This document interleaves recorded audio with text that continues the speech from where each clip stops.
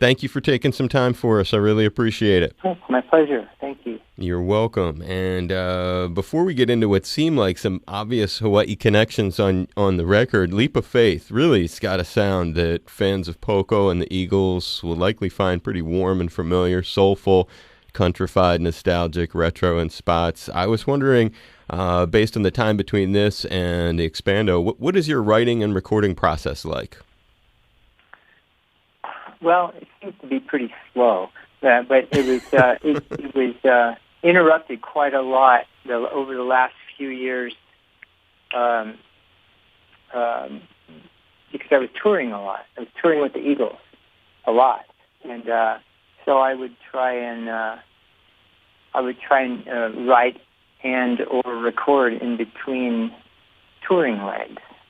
So it's I find it pretty hard to write on the road, although I started towards the end of our last tour there's always a couple of hours between mealtime and showtime where I found myself not knowing what to do with myself at times. Mm-hmm. And I actually kind of said, duh, get a guitar in here and do some work. So I actually started to do that. So I did find some time to do that. But my writing process is fairly slow, honestly, and between that and touring, took me a while to do. How would you? You mentioned the Eagles. How would your solo writing and recording process differ from when you guys set out to do something with the Eagles? Well, I don't know if it's that much different because I think everybody, or at least at first, because everybody would, anybody who's a songwriter, they come up with ideas and start to develop them. In the case of a band, you would then either bring the whole song if it's finished, or show any part of a song that you might have, and then you would, if it was acceptable, you'd start working on it together. Right. So it differs based on the collaborative aspect. In this situation, when you're penning all your own songs, you're not subjected to any kind of compromise. You just do what you want and call it finished when you think it's finished.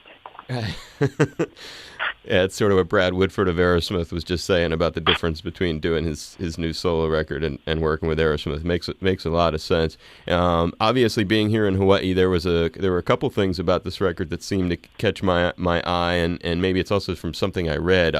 Red Dirt Road. It's one of these catchy songs. First time I heard it, didn't get the hook. Maybe second time, but then third, fourth time, all of a sudden, things got its claws in you, and from there, it's just such an infectious jam. Doobie Brothers, John McPhee, that must be him on the fiddle on that, yeah? It is, yes. And the song, from what I've read, even though it has this Appalachia feel, feels like you're in some mountainous southern part of the United States, from what I've read, and forgive me if it's totally wrong, it evokes images from Kauai instead. It does. Where are you calling from? I'm in Honolulu. Oh, yeah, okay. Yeah, so I've been, my wife and I have been going to Kauai. Well, I've been to a lot of the other islands too, but we mainly go to Kauai. We've been doing it for years. We started going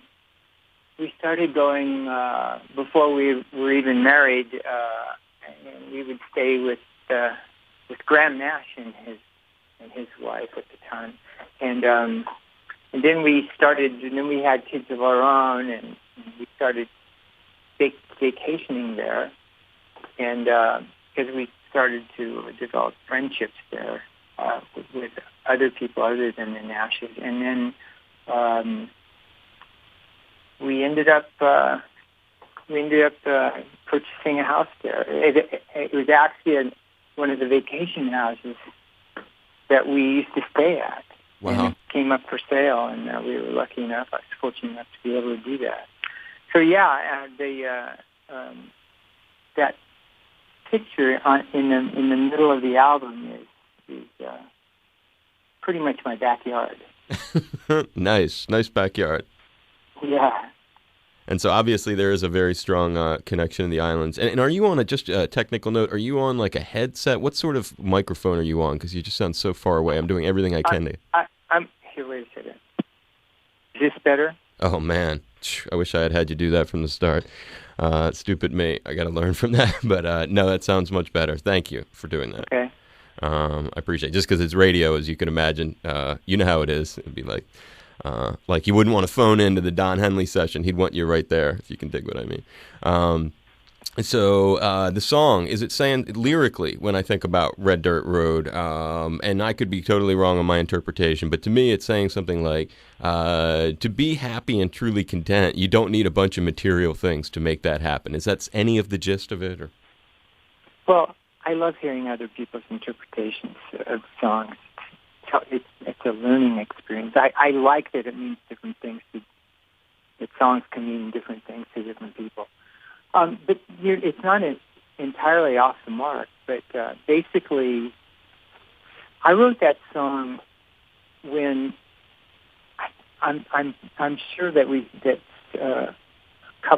had a couple of kids in the house, and they're grown and out of the house now. But I did write this quite a long time ago, and it's really about sort of doing the work that you need to be responsible for, the really important stuff like raising kids. So you do your work, and then you can make some time to, for lack of better words, I guess, to have playtime, to have some relaxing time. So, like for instance, if you need to be home and be parents when your kids are in school, and you go through all that, and then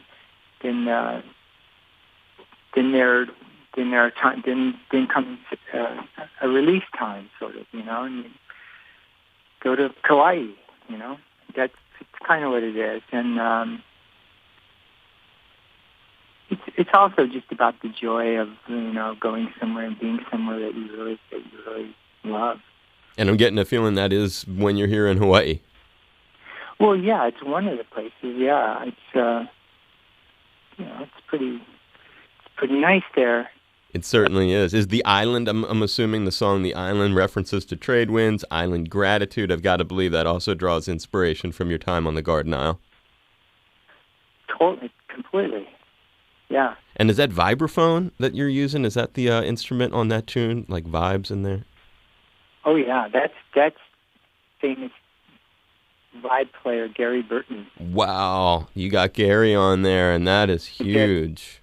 Yeah, jazz player. I actually had him play. I approached him. I got a hold of him for my previous album, Expando, correct? And I said, I know that you're a jazzer, and I admire your work. 'Cause I actually listen to quite a lot of jazz, and I got a hold of him through a mutual friend who had his phone number, and I started talking with him.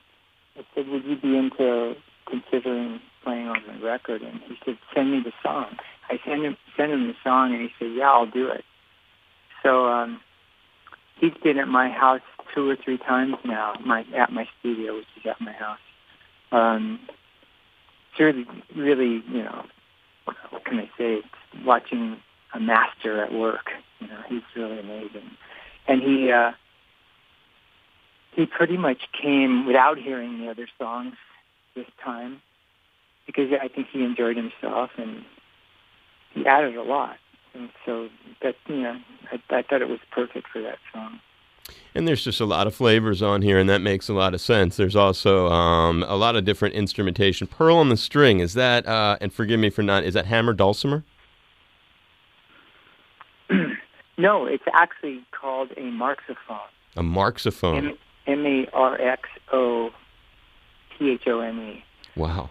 It was, I can't remember the literature that they sent out with that. It's very old. I'm not sure how old. I'd have to look that up again. I did at one time. It's pretty old, like maybe 20s, 30s. Very cool. Latest. And it was sort of a fake mandolin. That's what they called it, although it didn't sound anything like that. Gives it such a nice feel. That's one of the great things about this record, whether it's hearing some Hammond and some Leslie speaker activity, whether it's just there's like a Fender Rhodes I remember hearing, it sounded like, on one of the jams where it just had this feeling, there's like this nostalgic quality. Some of the instrumentation goes along with the nostalgic quality that I think your voice has for a lot of folks. That's actually a Wurlitzer. A Wurlitzer. Yeah. But you know what I'm saying? It just has that warm... Yep. That warm feel. And I guess that was what I should do, I noticed, with the Hammond B3 and the Leslie. Is that what that is, or are you saying that's the Wurlitzer? Well, actually, that's Ben Montench playing both. That both those keyboards are on that song. That's sort of the new single that we're sort of pushing now. And then on the I Refuse with Taylor Hawkins from the Foo Fighters, is that the Wurlitzer on the? Yeah, it is. Very, very sweet. There's such a nice, it just has that warm quality. Kind of reminded me of the latest Ricky Lee Jones record in some ways. Oh, really? Well, I haven't heard that record, but it's already a compliment.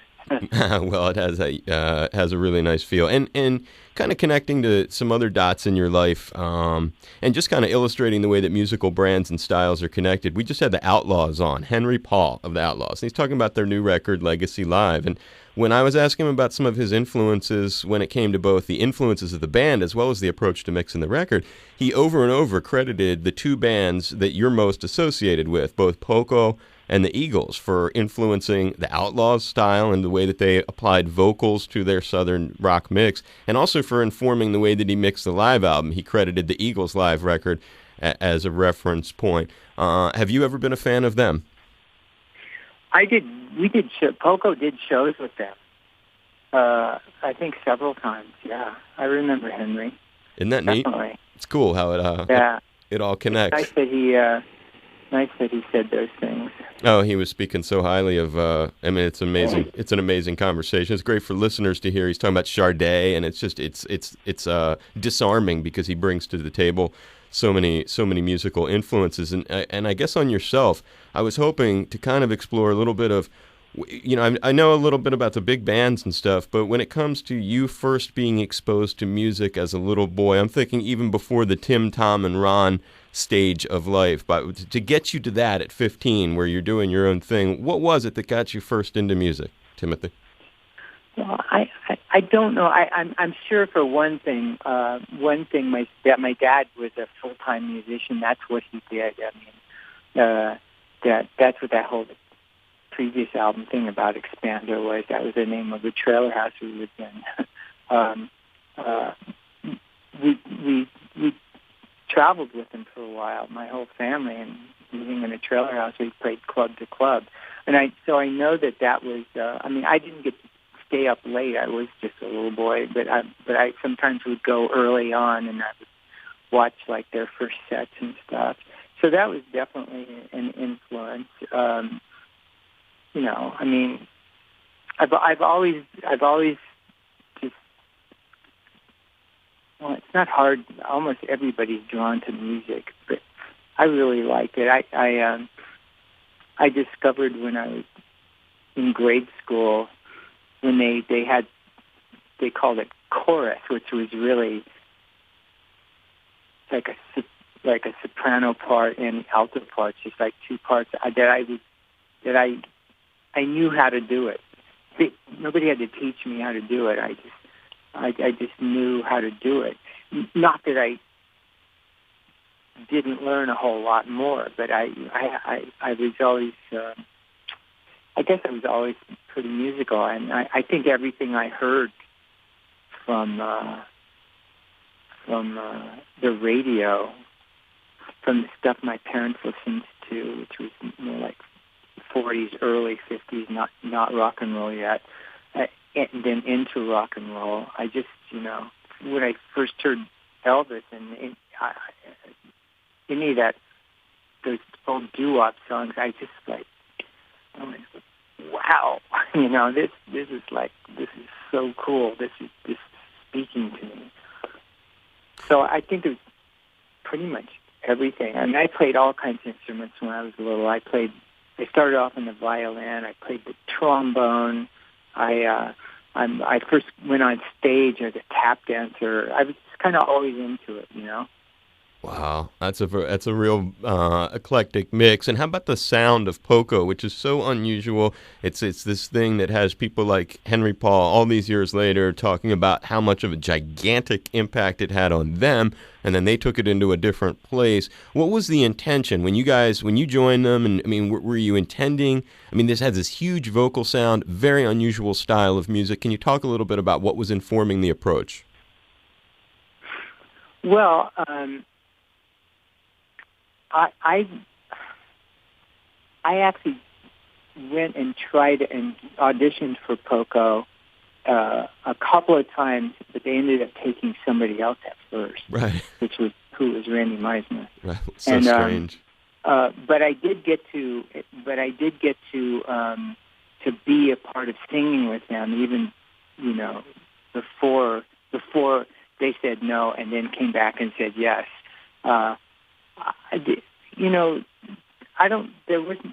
The idea was to be a vocal band, to have different lead singers, and to have harmonies that not where the lead singer didn't necessarily stand out, but that everybody sort of had an equal share of the sound. And I think that's more or less what it was. And of course it was country rock tinged. So. And it's been this flavor that's why I said in introducing you that I think when people hear this record, it's going to be obvious to them that Leap of Faith is, no pun intended, faithful to this journey that you've been on. And it wouldn't be right to also mention, I mean, and what you were just describing about the way that Poco sounded, was that sort of how the Eagles came to bring you into the fold? Can you remember how it was that you made that transition when the opportunity came, and maybe tell a story that goes along with it? Well, Glenn and J.D. Souther, who co-wrote a lot of the Eagles songs, or some of them anyway, they used to be in a duo. They had a record deal. They were called Long Branch Penny Whistle, and I met Glenn when those two opened up some Poco shows at the Troubadour in L.A. And they were both singer-songwriters, and I was in Poco. And so that's when I first got introduced to Glenn. Later on, after Poco had been going for quite a while, and then, a couple of years before the Eagles formed, I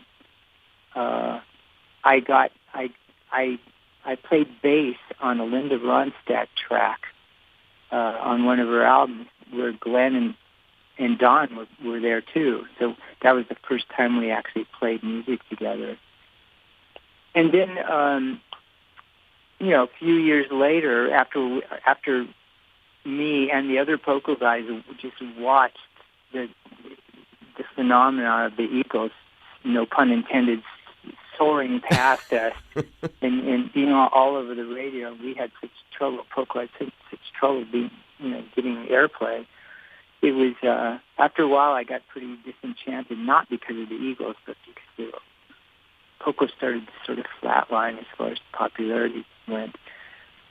And just about the time I was sort of majorly being disenchanted with Poco, I was actually starting to keep my eyes open about other possibilities, at least sort of in a vague way anyway. That's when I got the call from Glenn and asked me if they told me Randy was quitting and was I interested. And, it was really a no-brainer, Wow, and it's powerful because the record is dedicated to him too.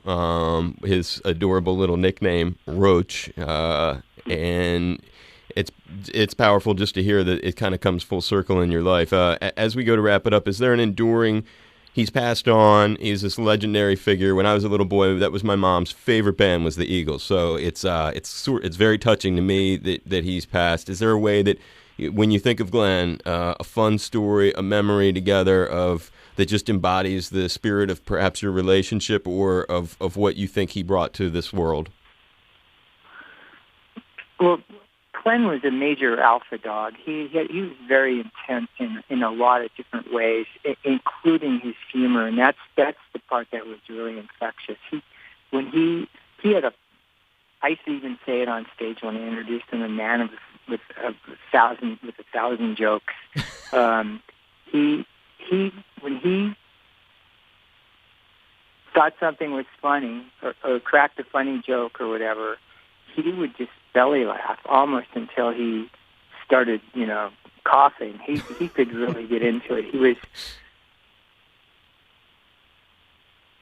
like I said, he was very intense in probably every direction, in every mood, but he was very infectious with his humor and his laughter.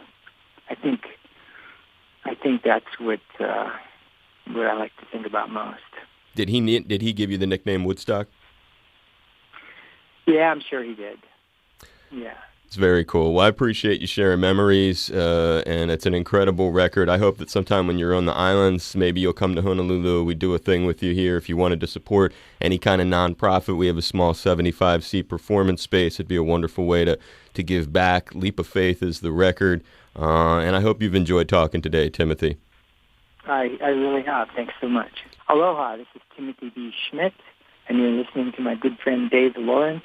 Fantastic. I give you a big hug, and I really do hope that sometime when you're in town, you'll get in touch with us, because it'd be great to do an interview with you in person and be able to go over, do the record. You could do a little thing acoustic in the studio, whatever it was. Okay, I will keep that in mind. Thanks so much. You're welcome. Be safe. Aloha, brother. Aloha. Bye. Bye.